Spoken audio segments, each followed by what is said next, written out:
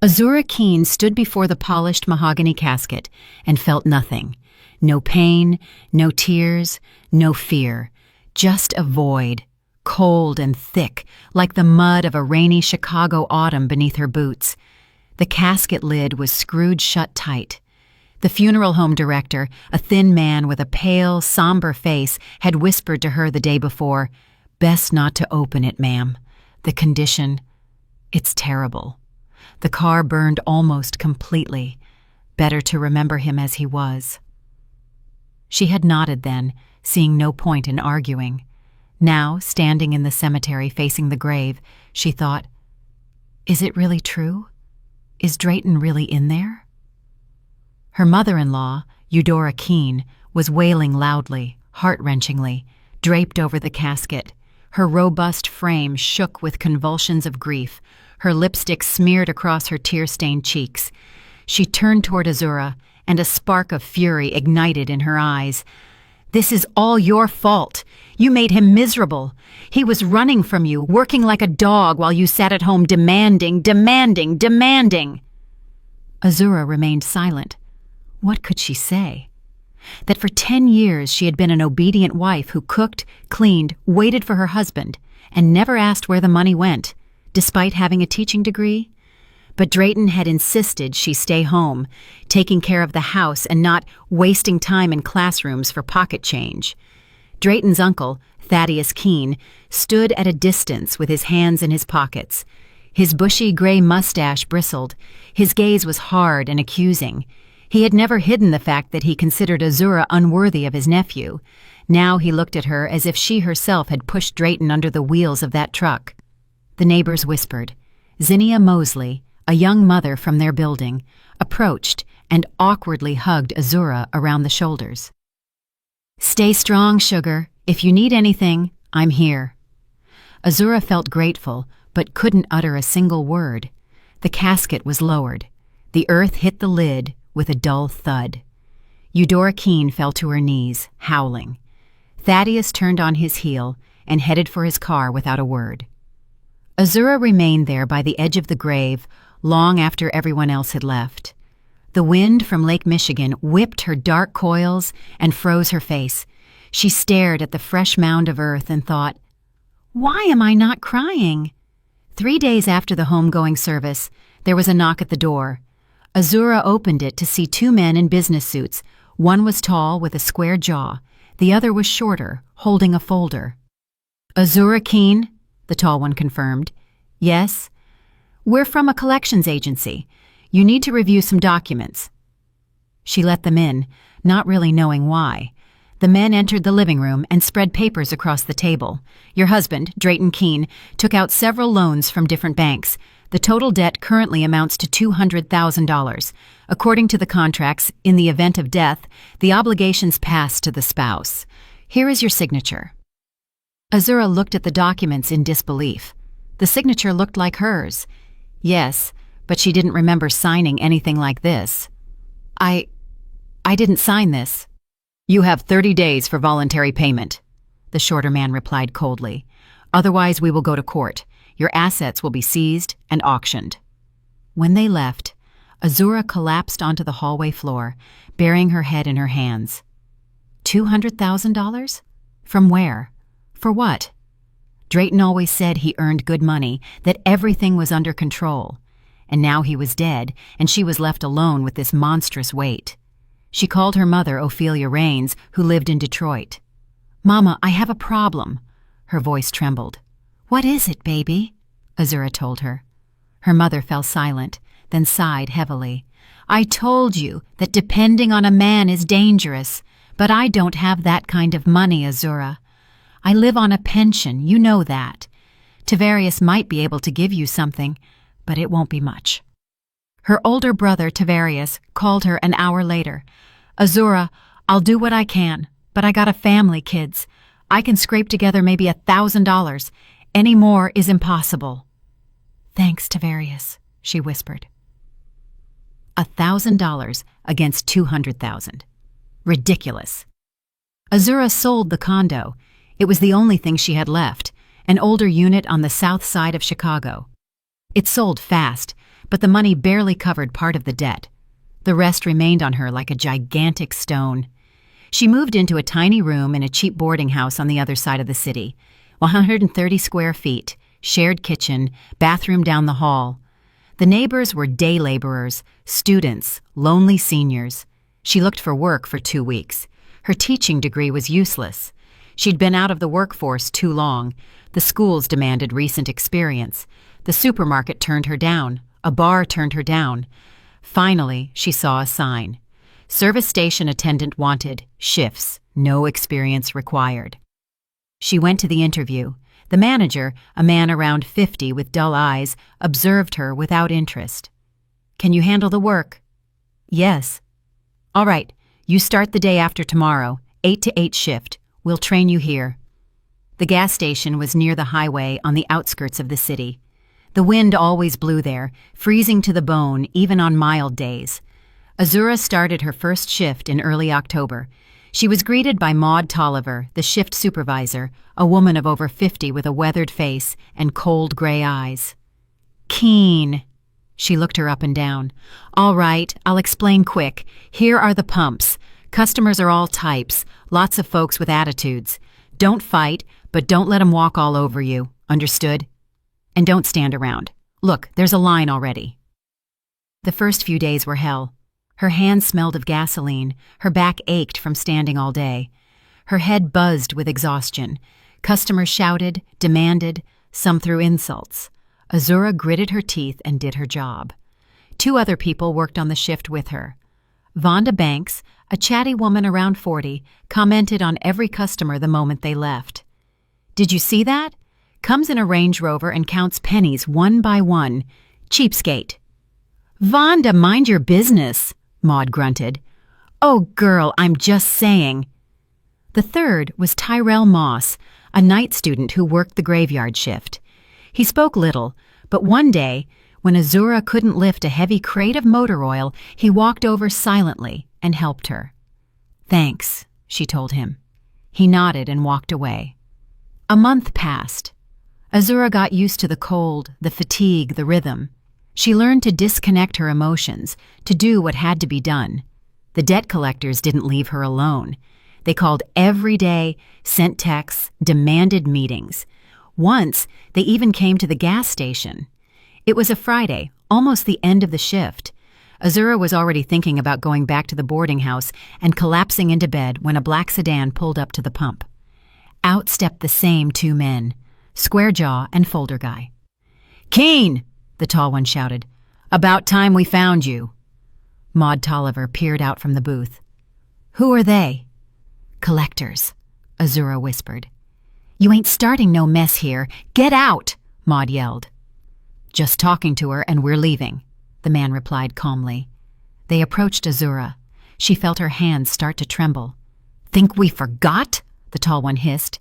"Think hiding out here ends everything?" "I'm working. I'll pay what I can." "You're paying crumbs. We need real figures here." "I don't have any more." "You'll get it. Sell something. Borrow it. We don't care. But if we don't see $5,000 in 2 weeks, we're going to court. And then they garnish everything." They left. Azura stood motionless. Maud walked over and put a hand on her shoulder. "Hold on, child. Sometimes you gotta survive worse things." A week later, something happened that changed her life forever. It was Saturday. The day was overcast and windy. Azura was filling the tank of an old Chevy Impala when a sleek black sedan pulled into the station. She recognized the brand immediately, a Mercedes Maybach, the latest model. The car stopped. A young man in a suit, evidently nervous, got out from the driver's seat and headed toward the cashier. Then, a tall black man, about 45, wearing an expensive cashmere coat, stepped out from the back. His face was firm, decisive, with dark, penetrating eyes. He looked around, took out his phone, and dialed a number. Azura heard fragments. "Yes, I know, but we're running late." "Okay, I'll try again." He hung up and told the driver, "Kojo, we're in a hurry." The driver nodded. The man leaned against the car and closed his eyes. He looked exhausted and tense. Tyrell started filling his tank, while Azura stepped aside to not intrude and checked her phone. A call rang. Unknown number. Again. Yes, Keen. We want the money. I can't right now. We don't care. Your time is up. Please, 1 more week. I'll find something. Not 1 week. Pay or court. The voice was hard, implacable. Azura felt a lump in her throat. She turned away so no one would see her expression. Please. She didn't realize the man in the coat was watching her. He had heard the desperate tone in her voice. He had seen how she gripped the phone with anguish. When she hung up and turned around, he was already at her side. Their gazes met. In his eyes, there was something strange, not pity, but calculation. Excuse me, he said calmly. I need your help. Azura looked at him, not understanding. In 3 hours, I have an important meeting at a restaurant. I need you to play my wife. A meeting, a dinner. I will pay you whatever you ask. Azura thought she heard wrong. What? Did you hear me? I need a wife for 1 night. It's a business meeting. I need to project stability. I can pay you $5,000 right now. In cash. $5,000, the exact amount the collectors demanded. I can't, she stammered. This is absurd. I know it sounds strange, but I don't have time to explain. I need an answer now. He handed her a card. Lucius Sterling, CEO. It's just a business dinner, he added. Nothing illegal. Just sit next to me and follow the conversation. Nothing more. Azura looked at the card. $5,000. She could close the first installment. Breathe for another month. Okay, she heard herself say. I accept. Lucius nodded as if that answer was expected. Perfect. What is your name? Azura. Kojo, pop the trunk. The driver opened it. Inside were an evening gown, fine hosiery, a box with shoes, and a clutch. Is this for me? Azura asked. Yes, Lucius replied. I've stopped at 3 stations looking for someone with your profile. Not too young, not too flashy. Natural. You fit. A chill ran through Azura. He had planned this. He was prepared. Go change. We don't have time. Azura ran to the employee restroom. The charcoal gray dress fit her perfectly. It was elegant and understated. The shoes were comfortable. The makeup kit had shades perfect for her skin tone. She washed her face, applied a touch of foundation, and fixed her hair. When she looked in the mirror, she didn't recognize the woman staring back. She was no longer a gas station attendant with a grease-stained jacket. She was a confident, attractive, poised black woman. She got into the car. Lucius sat beside her. Kojo started the engine. Listen closely, Lucius said. We are Lucius and Azura Sterling, married for 10 years. We met at a conference in Chicago. We have no children. You used to work in a museum. Now you focus on the home. You like reading and jazz. You hate loud parties. We just got back from Italy. We visited Rome and Florence. Repeat. Azura repeated it. Lucius nodded. Again. They rehearsed the entire way. Lucius was tough, but patient. He asked questions, corrected her, asked again. By the time they arrived at the restaurant, Azura almost believed she had been married to him for 10 years. Very good, Lucius said. You have a good memory. Thanks. The restaurant was luxurious, located downtown in the Loop. High ceilings, crystal chandeliers, waiters in tuxedos. Azura held onto Lucius's arm. He squeezed her hand gently. Relax, he whispered. You look radiant. Just smile and participate a little in the conversation. They were led to the table. Waiting for them were a man and a woman, both around 50, expensive clothes, an air of importance. The Abernathys, Lucius whispered. Azura smiled, shook hands, listened. The conversation revolved around business, the market, investments. Azura spoke little, just enough. She tried to appear serene, secure, impeccable. And then she saw him, in the corner of the room, by the window. Beard, mustache, thin-rimmed glasses, expensive suit. But she recognized him instantly. Drayton. Her husband. The man she had buried. The one who had supposedly burned to death in a car. The one who had left her in debt. Alone. Destroyed.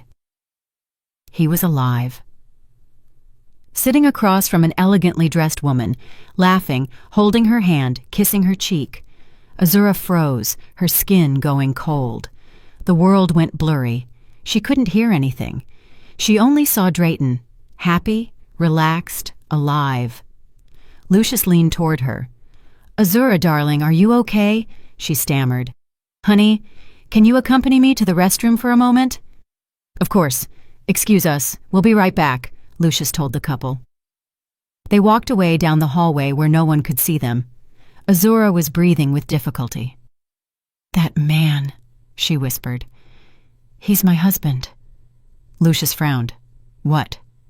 "The one in the corner. That's Drayton. He's supposed to be dead. I buried him a month ago." Lucius took a discreet glance toward the dining room and then looked back at her. "Are you sure?" "Absolutely. I lived with him for 10 years. I'd recognize him anywhere, in any guise. The beard, the mustache, the glasses. It's a good disguise, but it's him." Lucius stayed silent for a few seconds, reflecting.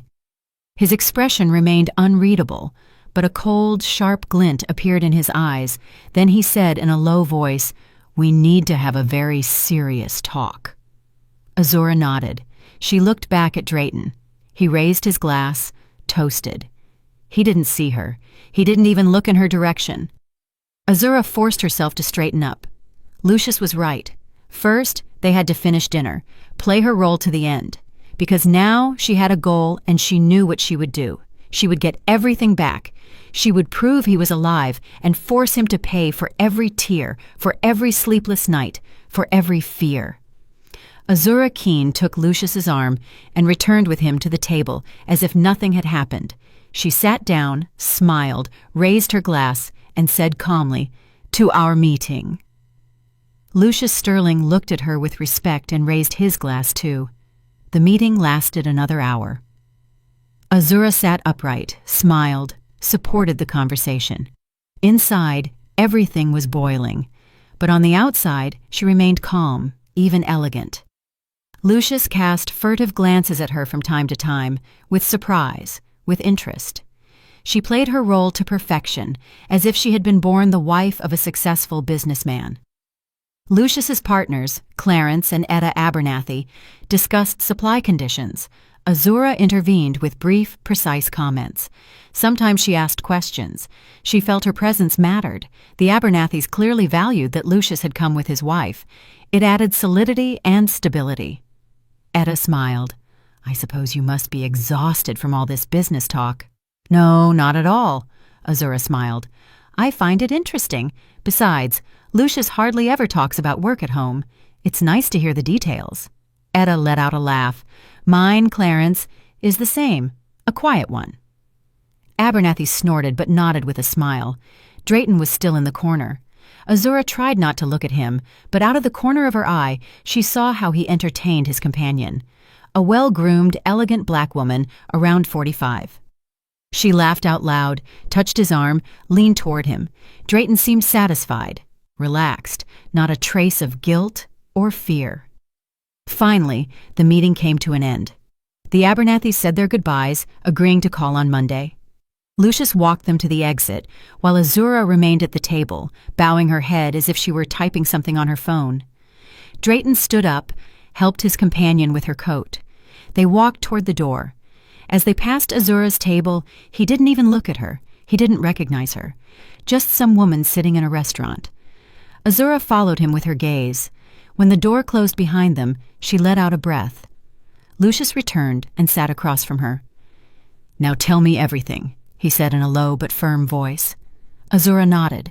She focused and began to speak, calmly, piece by piece, without hysteria.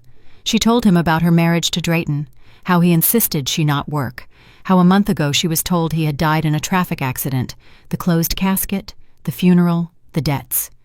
$200,000, she said. "I didn't know anything about those loans, but the signature on the documents is mine. The handwriting analysis confirmed it. Maybe he gave me family papers to sign, and I didn't read them. I trusted him. I sold the condo, moved to a cheap boarding house, started working at the gas station. But it's not enough. The collectors are hunting me down. They want money. Lucius listened in silence, without interrupting her. When she finished, he remained thoughtful and asked, "Are you sure it's him?" "Absolutely. I lived with him for 10 years. I would recognize him anywhere. The beard, the mustache, the glasses are a good disguise. But it's him." Lucius stayed quiet for a few seconds. "This is a very serious crime. Forgery of death documents, faking a death, fraud." "I know," Azura said quietly. "But how do I prove it? Who is going to believe me? I'm an indebted gas station attendant. On paper, he is dead." Lucius looked at her intently. "Do you want me to help you?" "Yes." "Why should I?" Azura held his gaze. "Because you are a just person. At least that seemed to be the case." Lucius Sterling observed her in silence. His gaze was evaluating, but not cold. He weighed her words, testing her firmness. "You're right," he said finally. "I don't like injustice. But helping with something like this is serious. Time, money, risks." "I understand," Azura replied. "That's why I'm not asking for charity. I want a deal." Lucius arched an eyebrow. "What kind of deal?" "I forfeit your $5,000 for tonight. In exchange, you help me prove Drayton is alive. Involve the right people. When everything is resolved, when the debts pass back to his name, I will settle my debt with you. I will work at your company for as long as it takes, for free if necessary." Lucius smiled sideways. "Do you really think your work is going to cover the costs of a lawyer and a private investigator?" "No," Azura answered sincerely. "I don't think so. But it's all I can offer. I'm not asking for a handout. I'm asking for an opportunity." Lucius kept silent for a moment, then took out his phone and dialed. "Elena, move tomorrow's meeting to Tuesday and find me the contact for Esau Bingham, the attorney. It's urgent. Thanks." He put the phone away and looked at Azura. "If we get into this, it will be until the end. No scenes, no breakdowns. Are you ready?" "I am," she said firmly. "Good. We start tomorrow. I also know a detective, ex-homicide trusted man. He will gather the information. The lawyer will prepare the legal side, but the main work is yours. You will have to remember everything about your husband." "Everything that can be useful, I will remember," Azura promised. Lucius nodded, signaled the waiter, and paid the bill. They left the restaurant. Outside, it was cool, a light breeze blowing off the lake. Koja was already waiting by the car. "Now we take you home," Lucius said. "Yes, please," Azura nodded. They rode in silence. Azura looked out the window, replaying what had happened. In the morning, she was at the gas station, freezing and exhausted. Now she was in a luxury car next to a man who had offered to help her. It all seemed unreal.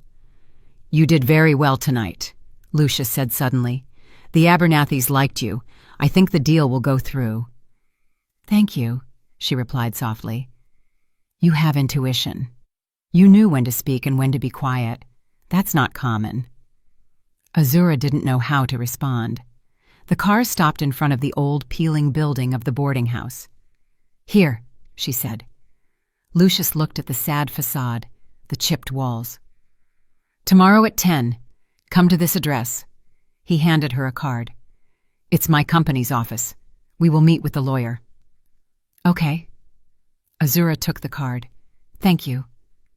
"Don't mention it. Get some rest, Azura. Good night." She got out of the car, went up to her room, changed clothes, and sat on the bed. Only then did she fully comprehend what had happened. Drayton was alive. He had deceived her, left her with debts, and was now living with another rich, perfectly groomed woman. Azura lay down and closed her eyes. The exhaustion of the day crushed her, but sleep didn't come. Between wakefulness and dreams, images mixed. Drayton at the restaurant, his smile, his hand on that woman's shoulder, the closed casket, the debt collectors, the gas station. She turned over, hugging the pillow. She had to sleep. No, she wasn't going to cry. She wasn't going to pity herself. She was going to fight. Tomorrow would be another day. In the morning, she got up early, showered in the shared bathroom, and put on dark slacks and a light blouse. She looked in the mirror, pale, beaten down by a streak of failures, but determined. She took the bus downtown and found the building, a modern business center with a glass facade. She went up to the 8th floor. On the door, a plaque. Sterling and Associates, Logistics and Supply. She entered. At the reception sat a middle-aged woman, serious, in office attire. Upon seeing Azura, she smiled politely. "You must be Azura. Mr. Sterling is waiting for you. Go right in, please." She escorted her to a spacious office.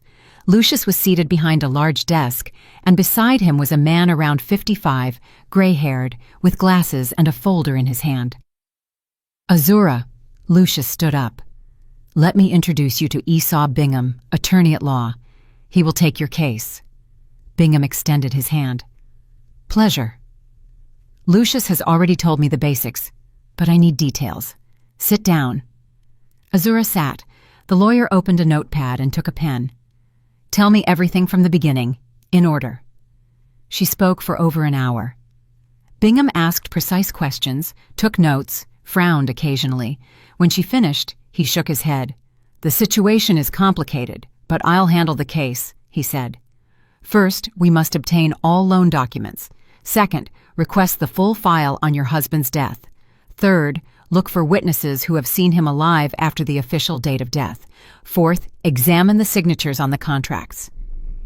"And how do we prove the man in the restaurant is my husband?" Azura asked. "Photos, videos, testimonies, but that's not enough. We need identification, fingerprints, DNA. For that, we will need the police." "And will they believe us?" Bingham smiled lopsidedly. "If we bring them proof, yes. The police don't like being played. Faking a death is something very serious." Lucius intervened.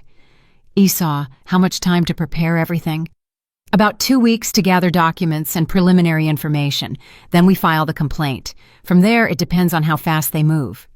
"Good. Start. I'll cover all expenses." The lawyer nodded and gathered his papers. "Azura, I will call you in a few days. I'll prepare a list of questions. And another thing. Try to remember everything about your husband. Habits, friendships, places he frequented. Anything could be useful." "Okay," she promised. Bingham left. Lucius poured a coffee and offered it to Azura. She accepted. "There is something else," Lucius said. "I've already spoken to a detective. He's coming this afternoon. Cyrus Red, former homicide inspector. Smart, experienced, meticulous. If your husband shows up anywhere, Red will find him." "Thank you." Azura felt a spark of hope ignite within her, for the first time in a long time. "Don't thank me yet," Lucius smiled. "The work has only just begun." That afternoon, Azura returned to the office. Cyrus Red turned out to be a man around 60, sturdy, with piercing dark eyes and calm manners. He listened to her story, asked short, direct questions. "Do you have photos of your husband?" he asked. "Yes, on my phone." Azura showed him several. Red studied them carefully. He asked her to text them to him. "Beard and mustache can change the face, but not completely," he said. "The shape of the skull, the ears, the gaze, that can't be disguised. Describe the woman who was with him." Azura described Genevieve. That's what she had heard Drayton call her. Tall, very groomed, expensive jewelry, confident mannerisms. "So she's a woman with money," Red reflected. "It's likely he's living off her. That makes it easier for us. There aren't that many like that in the city. I'll check my contacts. Beauty salons, boutiques, restaurants, they know them everywhere." "And then?" Azura asked. "Then I'll find out where they live.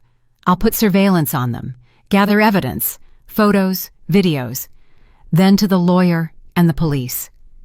It all sounded simple, logical, but Azura understood that in practice, it would be much harder. Cyrus, what if he finds out we're following him? He won't find out, the detective replied calmly. I've been doing this for 30 years. If my targets noticed, I would have been out of work a long time ago. Lucius walked Red to the exit and returned to the office. You're tired, he told Azura.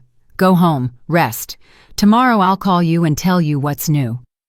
Azura nodded. She was truly exhausted, physically and emotionally, but a small flame burned inside her.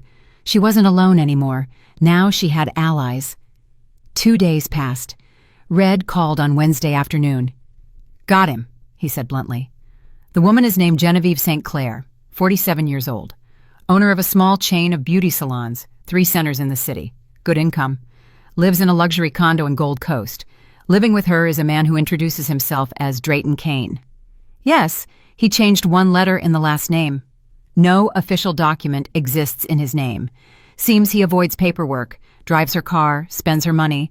A typical kept man. Azura listened, gripping the phone. Are you sure it's him? I took photos, sending them right now. A minute later, the images arrived. Drayton leaving the building and getting into the car. Drayton at a coffee shop with Genevieve. Drayton at a supermarket. Without the beard, he would look exactly the same as before. It's him, Azura whispered.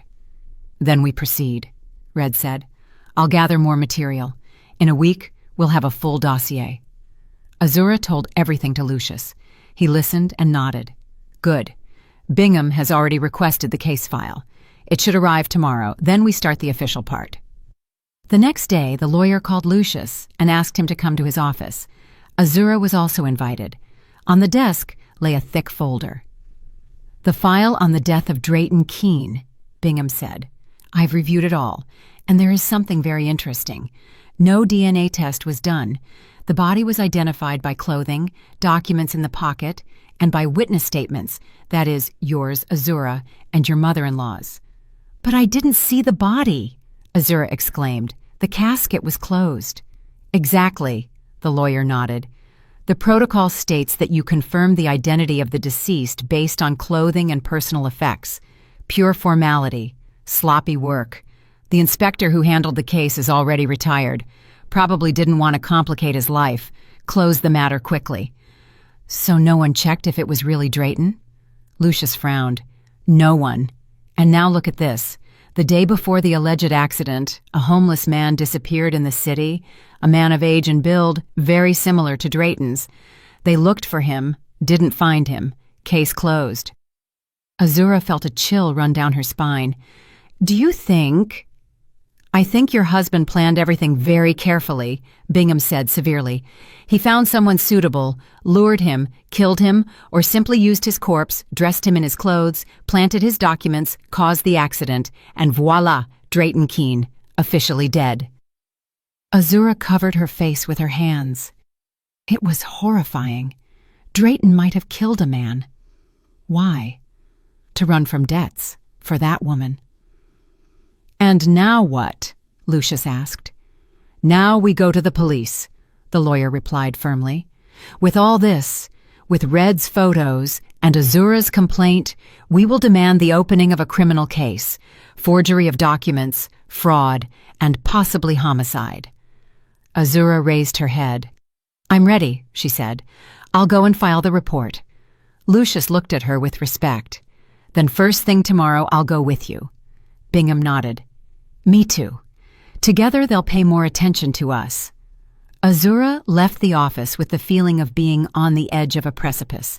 Tomorrow a real war would begin, but she wasn't afraid. She was ready for that war. The morning dawned cold and gray.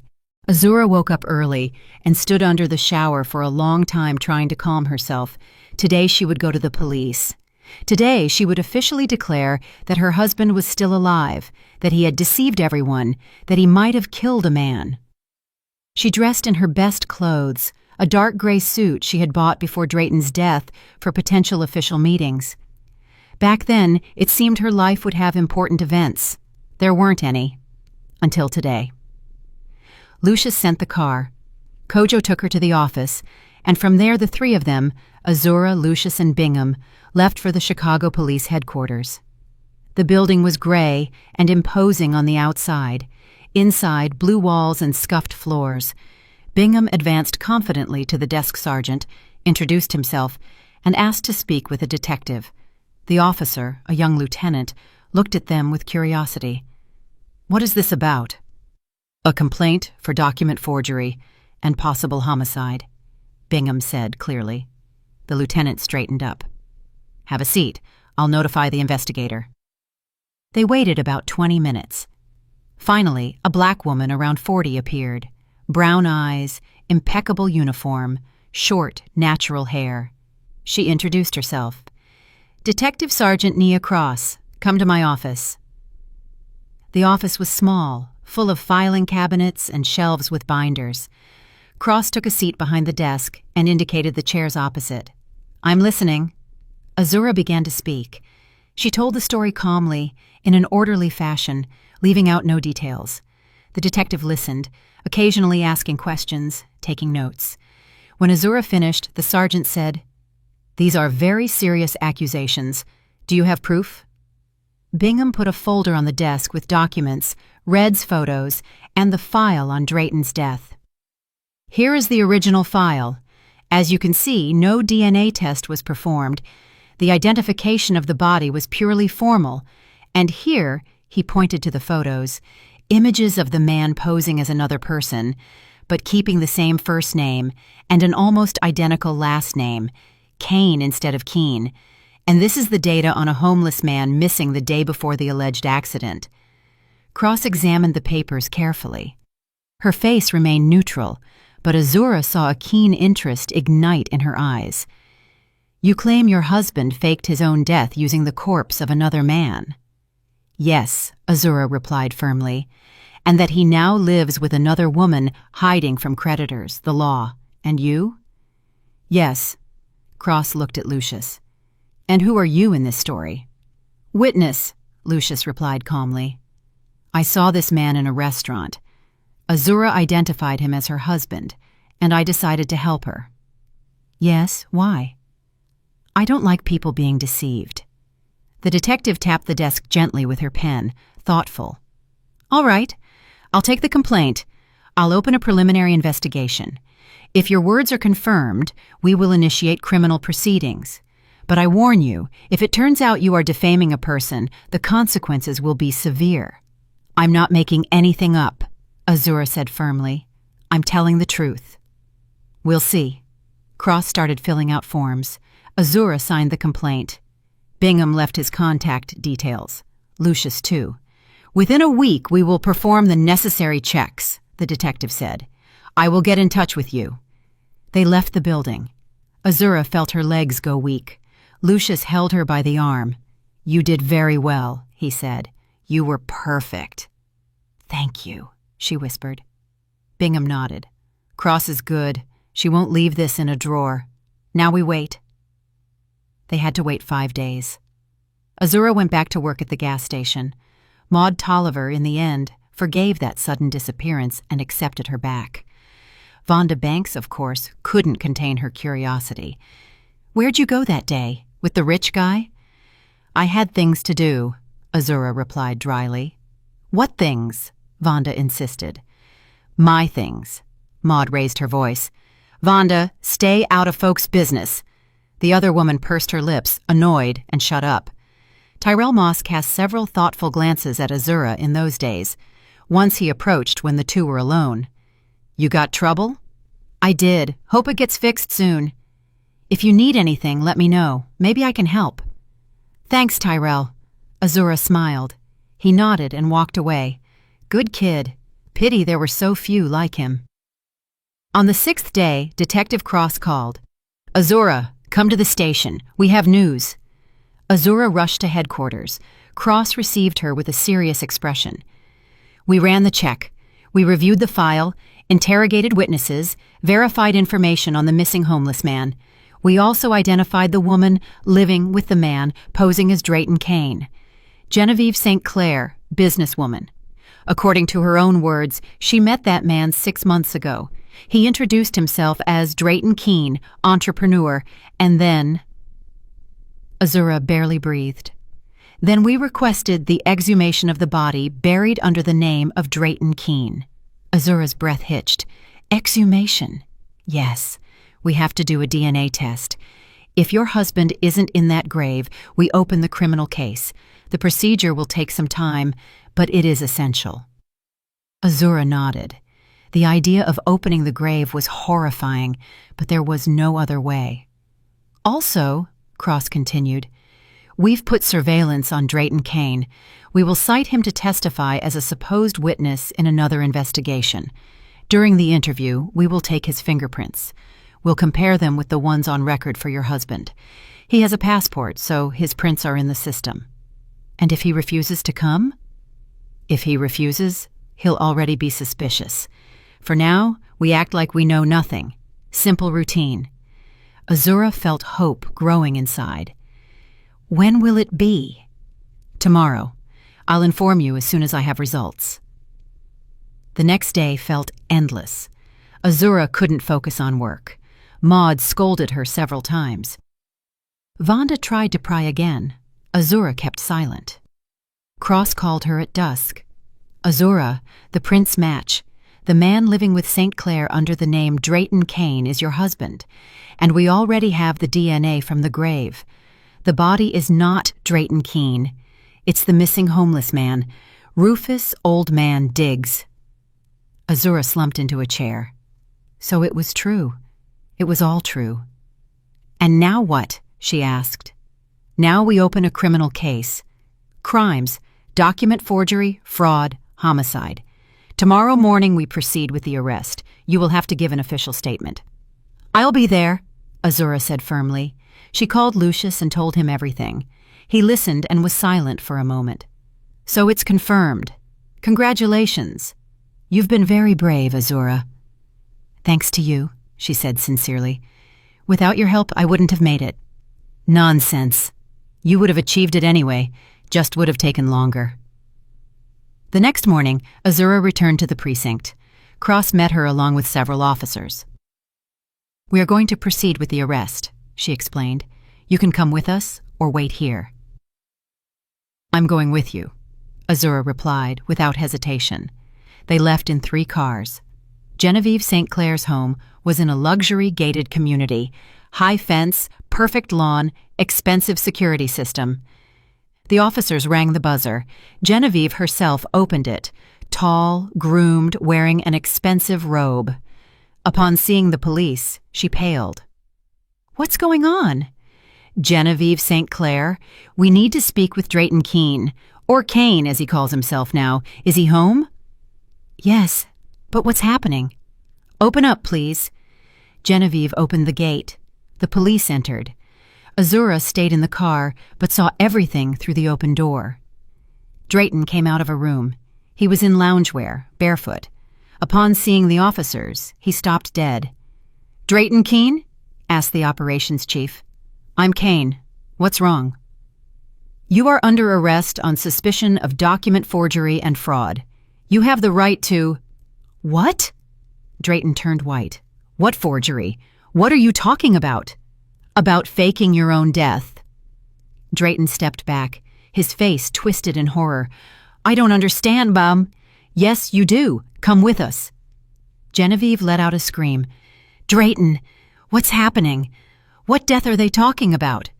He turned toward her, opened his mouth, but said nothing. The officers cuffed him and took him away. Genevieve tried to follow, but one of the police stopped her. Ma'am, calm down. Everything will be clarified. Azura watched them put Drayton in the squad car. He raised his head and suddenly saw her. Their gazes crossed. In his eyes was panic, confusion, disbelief. She looked at him calmly. No hate, no satisfaction. She simply looked at him. The car started. They took Drayton away. Cross approached Azura. Now the investigation begins. You'll have to testify, participate in confrontations. Are you ready?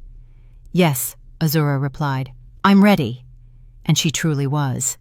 Ready to go through all of it, because now she knew the truth would come to light. Drayton would answer for everything he had done, and she would get her life back. The investigation began. Drayton was taken to a detention center and assigned a public defender. Azura was called in almost every day to testify. Over and over, she told the same story: how she lived with Drayton, how he forbade her to work, how suddenly she was told of his death, how she buried a closed casket, how she was stuck with his debts. Detective Sergeant Nia Cross worked with meticulousness and toughness. She requested all bank documents, reviewed one by one the supposed signatures of Azura on the loan contracts. She called in a handwriting expert. "Azura," the detective said when she received the results, "the signatures on the contracts are fake. The expert confirmed it's an imitation of your handwriting, but done by another hand, most likely your husband." Azura closed her eyes. So he forged her signature, took out loans in her name. He had planned it all in advance, and the collectors, claiming the signature was authentic. "He wanted to dump the debts on me," she whispered. "Exactly," Cross nodded. "He took out the loans knowing he planned to disappear. He shared the liability in your name too, so that in case of his death, the banks would come for you. Textbook fraud." "And what about that man? The homeless man?" The detective's face darkened. "Rufus Diggs, 53 years old. Former construction worker, ended up on the streets due to alcohol. According to witnesses, 2 days before the accident, they saw him with a stranger. That man invited him to drink, talked to him. Then Diggs disappeared, and the next day was the alleged accident. Drayton killed him. That's what we're clarifying. But the preliminary coroner's report says Diggs died before the accident. Cause of death, poisoning by adulterated alcohol. It's possible your husband purposely gave him a poisoned bottle, waited for him to die, dressed him in his clothes, planted his documents, and staged the crash." Azura felt sick to her stomach. Drayton had killed a man, cold, calculating, for money, for a new life with his mistress. "What can he get?" she asked. "Homicide, fraud, forgery. If we prove it all, no less than 15 years. The confrontation with Drayton was set for a week later. Azura prepared for that meeting, but was still nervous. She hadn't seen him since they took him from Genevieve's house. They were brought into the detective's office through different doors. Drayton looked bad, sunken, unshaven, wearing the jumpsuit from the detention center. Upon seeing Azura, he flinched. "Sit down," Cross ordered. "Mr. Keene, do you admit you faked your own death?" Drayton remained silent. His lawyer, a young man with nervous mannerisms, leaned toward him and whispered something. "I plead the fifth," Drayton said in a hoarse voice. "Fine. Then we will take Azura's statement." Cross looked at the woman. "Tell us about your life together." Azura began to speak. She related calmly, without getting worked up, how Drayton forbade her to work, how he managed the money alone, how he was often absent talking about business trips, how shortly before the fake death he became irritable, nervous. Drayton listened without looking up. "Did you know about his relationship with Genevieve St. Clair?" Cross asked. "No. I found out about her that night at the restaurant." "Mr. Keene," the detective turned to him, "do you want to say something?" He raised his head. In his eyes was despair. "Azura," he murmured, with a broken voice, "forgive me, I didn't mean to. I got into a mess. Debts were growing and I couldn't. Genevieve offered to help, but only if I was free." "And that's why you decided to die?" Azura asked quietly. "And hang your debts on me? I thought you'd manage. You have a degree. You could find work." 10 years you kept me at home on your whim. What work, Drayton?" He lowered his head again. "I didn't think it would turn out like this." "You killed a man, Drayton. You killed him to fake your death." "No!" He stood up abruptly. "I didn't kill him. He died on his own. I just used it." "Sit down," Cross ordered icily. "Explain yourself better." Drayton slumped into the chair, breathing heavily. "I was looking for someone similar to me in height and build. I found that guy, Diggs. I started talking to him. He agreed to drink with me. I gave him the bottle. I didn't know it was bad liquor. I really bought it from some street guys. I thought it was regular moonshine. He drank, and in an hour he died. I got scared. I didn't know what to do. Then I understood it was my chance. I changed his clothes, put my documents on him, put him in the car, pushed it down the embankment, set it on fire. Azura listened in disbelief. He told it with such naturalness, as if talking about a household problem. "Are you aware of what you've done?" she asked. "I am aware." He looked at her. "But I had no choice." "There is always a choice." "You didn't have 400,000 in debt," he shouted suddenly. "You don't know what that's like." "I know perfectly well what it's like to live with those debts," Azura replied hard, "because you left them to me, and you, meanwhile, lived like a king with your rich mistress." Drayton lowered his head again. Cross stopped the recording. "Enough for today. The confrontation is over."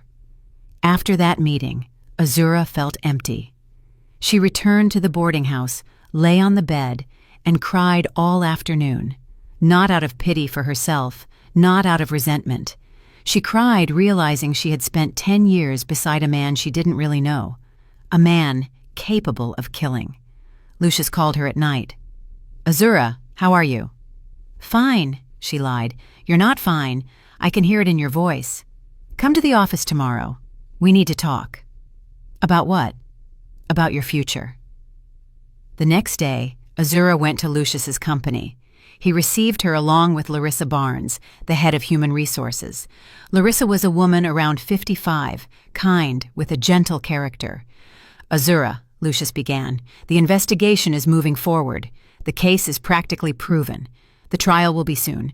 Your husband will go to prison and the debts will return to his name. You will be free.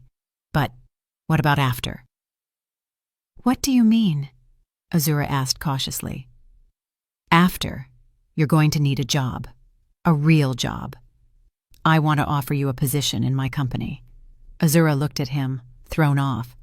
"I'd love to, but I don't know how to do anything other than—" "You know much more than you think," Lucius interrupted.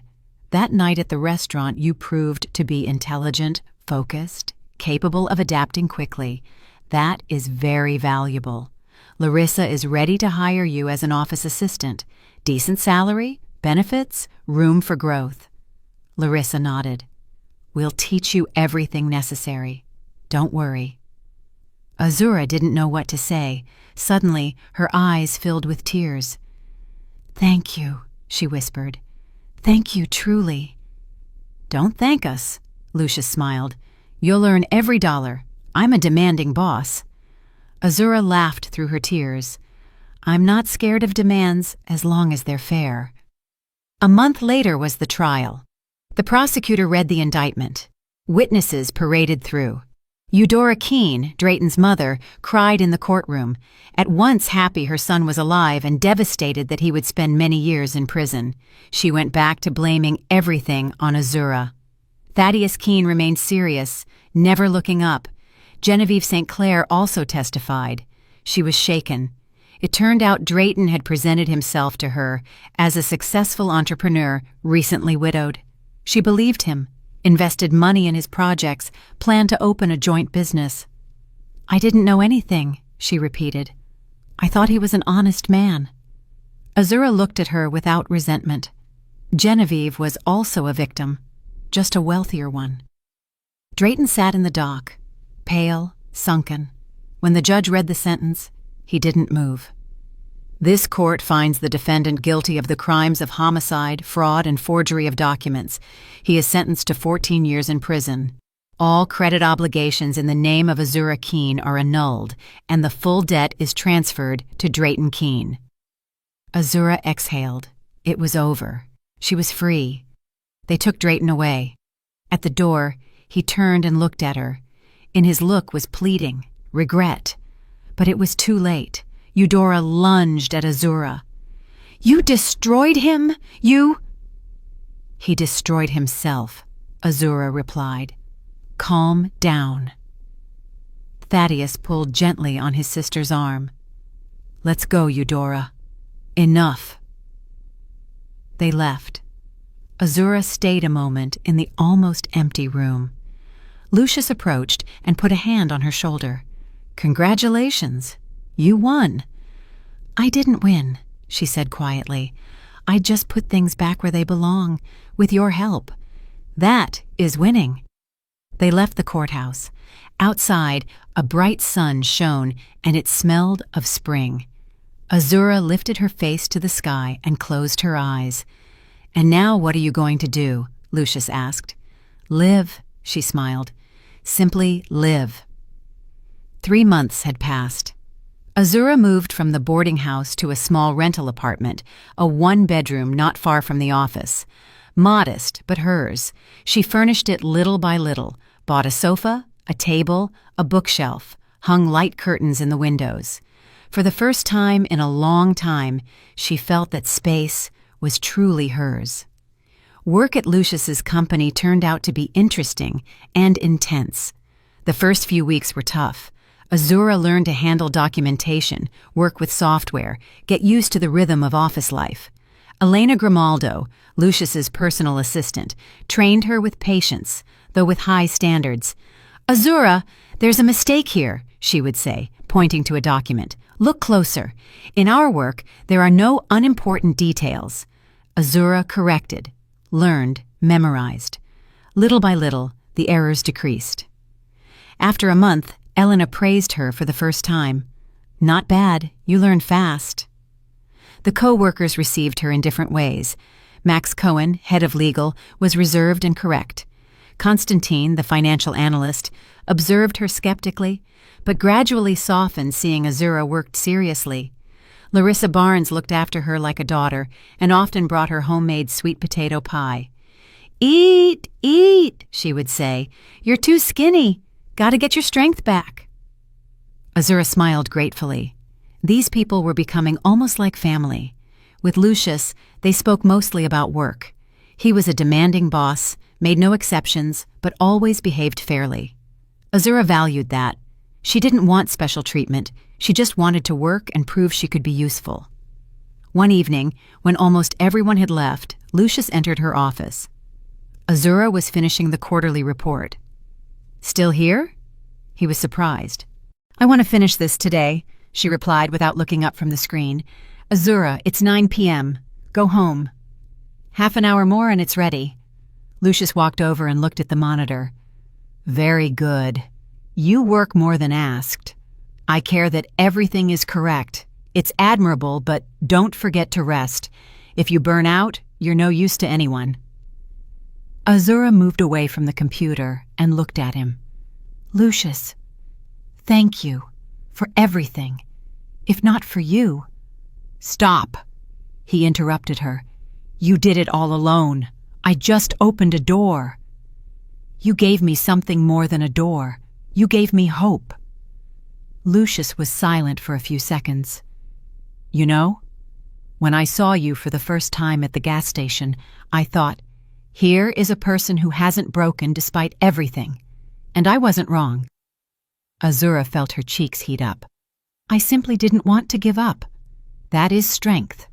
They stayed quiet for a moment. Then Lucius smiled. "All right, finish that report. I'll wait and drive you home." "No need. I can take the bus. It's late. Don't argue." Azura nodded. Half an hour later, they went down to the car together. Kojo had already left, so Lucius drove. They traveled in silence, but it was a comfortable silence. "How is your mother?" he asked suddenly. "She's good. I call her every week. She's happy things finally got sorted out. And my brother Tavarius, too. He wanted to come see me, but I told him I'm managing. Don't want to take time from his family." "I understand." Lucius nodded. They arrived at Azura's building. She opened the car door and turned. "Thank you for the job and everything else." "Don't mention it. Get some rest, Azura. Good night." The neighbors in the building turned out to be kind. Alba, a young mother with 2 kids, often knocked on her door to borrow salt or sugar. She stayed for tea, and they chatted about everyday things. Miss Juana, the older neighbor across the hall, sometimes came by with questions. "Azura, who is that man who sometimes brings you in the car? Handsome, elegant." "My boss, Miss Juana," Azura laughed. "Oh, I thought he was a suitor." "No, just my boss." What a pity. You need to find a good gentleman. Azura shook her head. She didn't want to think about her personal life yet. She had enough with work, new experiences, and rebuilding herself.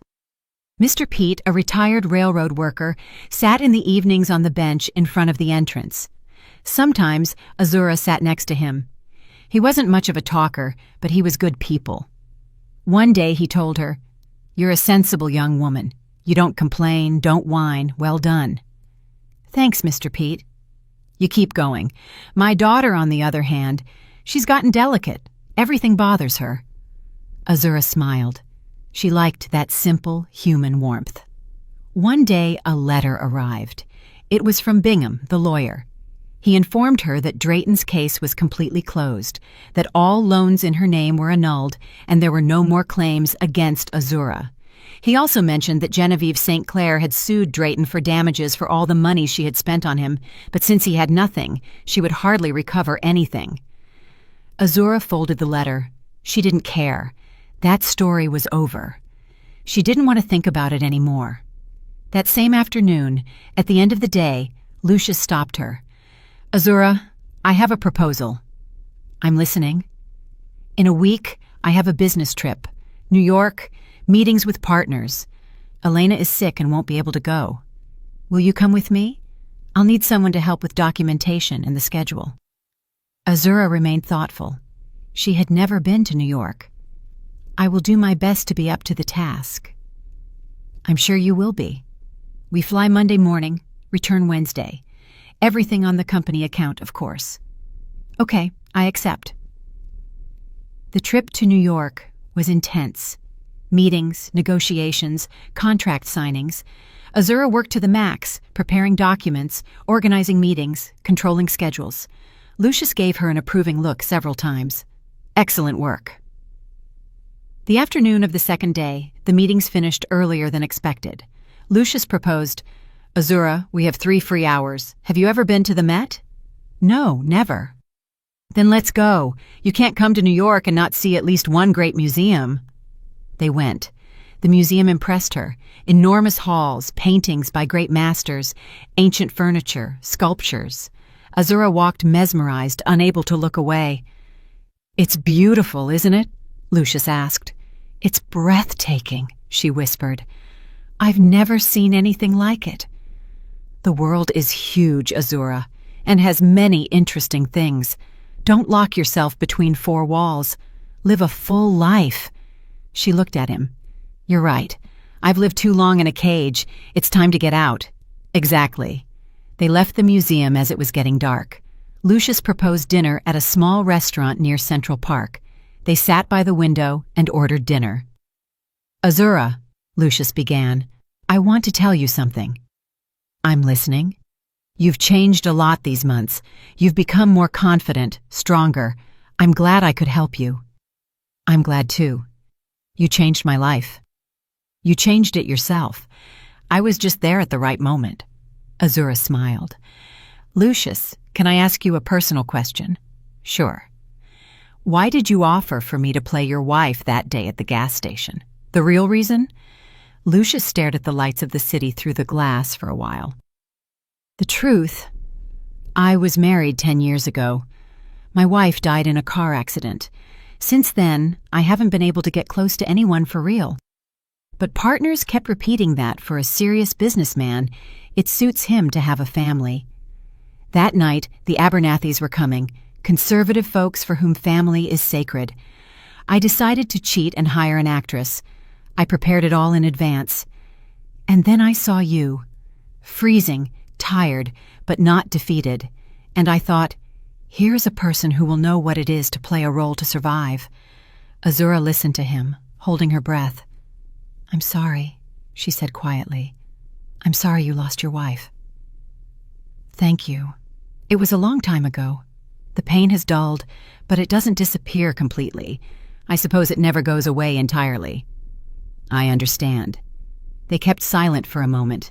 Then Lucius smiled. "Well, enough sadness. Let's toast to new beginnings." They raised their glasses.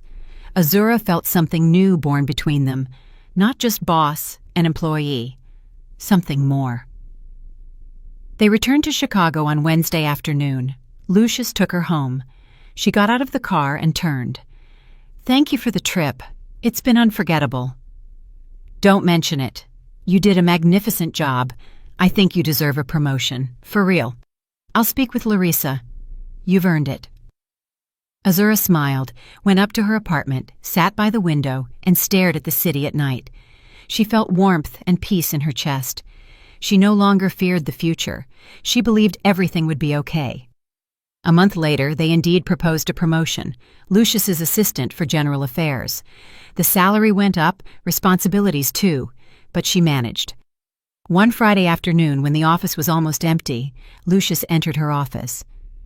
"Azura, today we can leave work aside. Let's go to dinner." She looked up, surprised. "Dinner? Just like that?" "Yes, just like that, without talking business. Simply two people who want to spend the evening in good company." Azura felt her heart speed up. She smiled. "Okay, but dessert is on me." Lucius laughed. "Deal." They left the office together and got into the car. They rode chatting about light things, the weather, plans for the weekend. Easy, natural, no tension. Azura looked out the window and thought about how much her life had changed. 6 months ago, she was at a freezing gas station, exhausted, crushed by debts and betrayal. And now she was in a car next to a man who had helped her stand up, who had believed in her, who had become not only her boss, but something more. She didn't know what would happen next. She didn't make long-term plans. She simply lived in the present. And for the first time in many years, she felt truly happy. The restaurant was small and cozy, a soul food fusion spot with live jazz. They sat at the table, ordered dinner, talked about everything and nothing, laughed. Lucius told stories from his life. Azura told him about her neighbors. When they brought dessert, Azura handed her card to the waiter. "My treat." Lucius didn't argue. He smiled. "Thank you. To you." They finished their coffee and went out to the street. It was a mild night with the scent of spring. Lucius looked at Azura. "You know, I'm glad I stopped that day at your gas station." "I'm glad too," she smiled. They walked down the street, side by side, two free people with a whole future ahead. Life sometimes deals very hard blows, but those who don't give up, those who fight to the end, always find their way to happiness. Azura had gone through betrayal, pain, and humiliation, but she didn't break, and she found the strength to start over. Because what matters isn't what happens to you. What matters is how you respond to it. Did you like the story, and which city are you listening from? Let's meet in the comments. If you liked the story, you can support me by sending a super thanks so I can keep bringing more stories like this. Thank you so much for your sweet support. I'm looking forward to your comments on the story. On the screen, you can see 2 new life stories that I highly recommend. There's so much more on my channel. Don't forget to subscribe. See you in the next life story with love and respect.